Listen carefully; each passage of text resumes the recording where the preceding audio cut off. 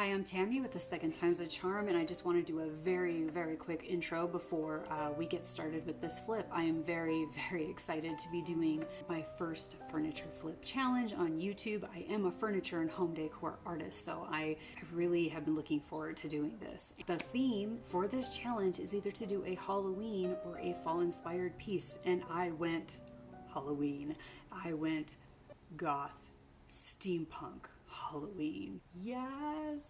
The link to the playlist for all the other channels' videos will be in my description, as well as a link to the host for this challenge, Lem's Lemonade. Let's go get started on this Goth Steampunk Vanity. I mean, how often do you get to say that? Seriously. Awesome. Let's just go do it. All right, welcome to the voiceover. Let's get into it. So I just wanted to do a really quick scan of this piece to show that this is not a priceless antique heirloom or anything that I am redoing in this video. Some people get upset when, pieces of furniture get painted, and this piece, you do not have to worry about it. This is definitely a reproduction. Yes, it has some really cool elements like the wheels and the hardware and everything, but it's not a quality piece. I'm not devaluing it. So I just wanted to, reassure anyone who is concerned of that. So I started off with cleaning everything up, assessing any damage that was, needed to be repaired, and there was a lot. There was a lot of areas where veneer was pulling up and where it was chipped off. And so the areas where it was pulling up, I filled with glue and clamped it down. And then I filled the chips with wood filler. And I even cleaned the inside where the drawers go and everything, because there was a little bit of a smell to it, but nothing major. Just giving it a really good clean usually helps with that. And this piece right here is missing. So I decided to try this method I saw online where you make a mold with hot glue. So this is my first time trying this. I used oil to lubricate that area so the mold won't stick. Just basically covered the area on the other drawer that I need replaced with hot glue and pulled it off. It did pull off some of the finish, but not a big deal since I'm painting over it anyway. And it didn't come out perfect. And I would recommend, if you are doing this on a piece where you want it to look perfect, you might want to use a different material like silicone. I can't think of offhand the other method, but I know there's ways that are more precise that look way more professional. I just did this method because, for one, I wanted to try it. I was curious how well it would come out. And two, I knew I was going to be covering this piece in paint and glaze and, all kinds of stuff. So I didn't really think it would show too much if I just did this, and I thought it came out pretty good. Was it perfect? No. But it came out decent, and you can fill in any gaps with wood filler on that as well if it doesn't completely line up. And then I just glued it on and let it dry. I sanded the top really well because that was in very rough shape. It was very pitted. I didn't worry about sanding the whole piece because I wasn't going for a clean factory look here. I was going for kind of older and had seen some stuff, you know what I'm saying? But the top, I always like my tops to be nice and smooth because, it's a surface, so you want it to look nice.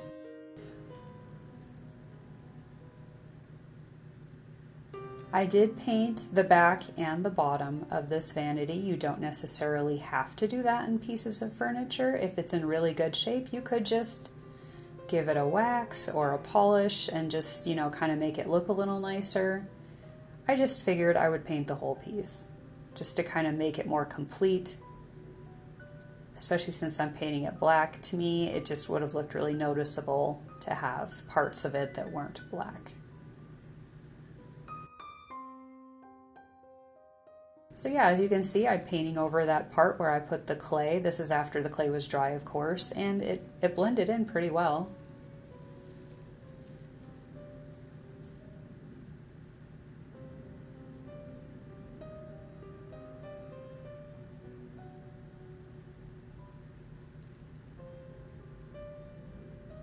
And this is just my first coat of paint that I'm showing here. I don't show my second coat or a third coat. I might have had a third coat in a few spots, but mostly just a second coat. And I don't know, I just think it's kind of boring to watch someone paint like one layer of the same color over another layer sometimes, so didn't include that.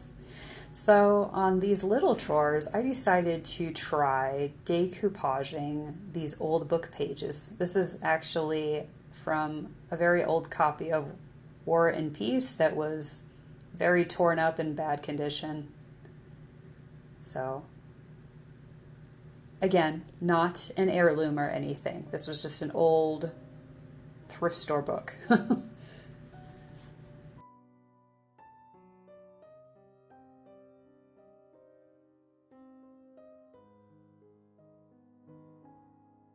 So I just added those pages on and then sanded off the edges here, which is pretty much the easiest way to remove the overlap when you have a ridge like that.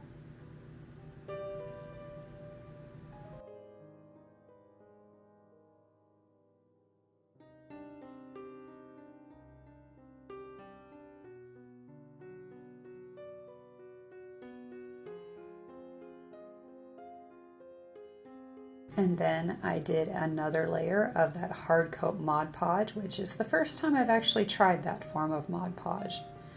Okay, and this is my glaze. It's basically the black chalk paint with a clear glaze.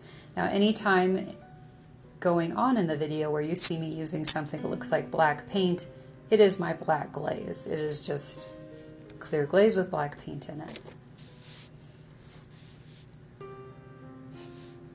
So initially I was thinking of doing a stencil on this vanity, kind of like a handwriting stencil, but it didn't quite look right and it didn't work out. And I decided to go with that whole book page thing, and I think it turned out really cool. A lot of this vanity was kind of trial and error for me. I was getting these ideas that I thought would be really interesting, and I just was trying things out as I went, and it took a long time to do this vanity, and it was very challenging, but it was so rewarding, the finish. I think it came out amazing. And this part with the gears, I have worked with little gears a little bit in the past, and I just think they add, you know, such a cool aesthetic to things. I've never tried them on a piece of furniture, so I really was curious how they would come out, and I think it's awesome. I was going to use E6000 for gluing them down, just because I think that has the best staying power of the glues that I have, but it was so stringy, I just decided to go with the super glue instead. The hardware, I put this gold wax on them because initially I was just going to leave them gold. But then when I put them on the vanity, they didn't quite look right. So then I decided to glaze them as well. And so I don't know if you need to do the gold wax. If you're going to do the glaze, it might have been an unnecessary step. But, you know, at the time I didn't know I was going to be glazing them. So there you go. And then I decided to glaze the gears too, because they just looked way too shiny compared to the rest of the vanity and the look I was going for.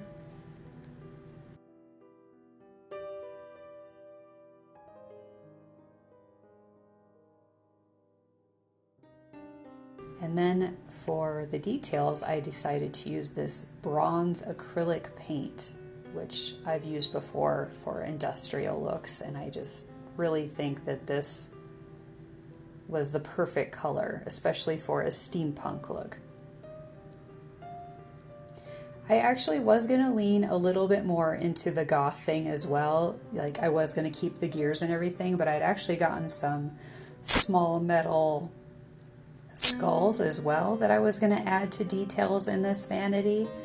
And once I just started doing everything, it just was too much. It was just way too much going on, so I ended up not using those little skulls, but I still think it definitely has some goth elements to it. I mean, of course the black but just the lines of this piece and you know, just the overall feel of it, I think is still, to me, makes it goth and steampunk. So I did put bronze paint on a lot of different details on the vanity, and then of course I went over everything with my black glaze again and just wiped it back with a wet cloth. You can use a dry cloth as well. It really depends on the look you want to go for. If you want to remove more of the glaze, then you probably want a wet cloth. You can also use a clear glaze first, I believe, like if you're doing wax, like you do the clear wax first to kind of control how much of the glaze can soak in. But I didn't do that with this piece. And all right, we're getting to the end here.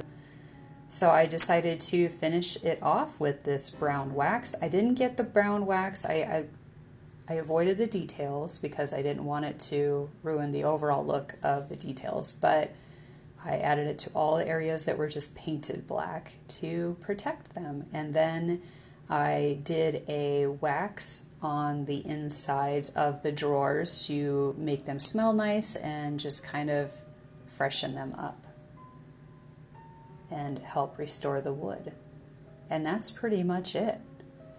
Like I said, this piece did take a while, but I think the results just came out outstanding, and I'm so glad I got to do this challenge. I'm glad you got to join me.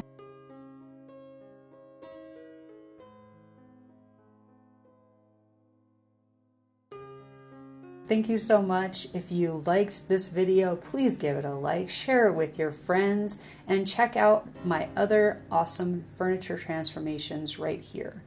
Thanks for watching.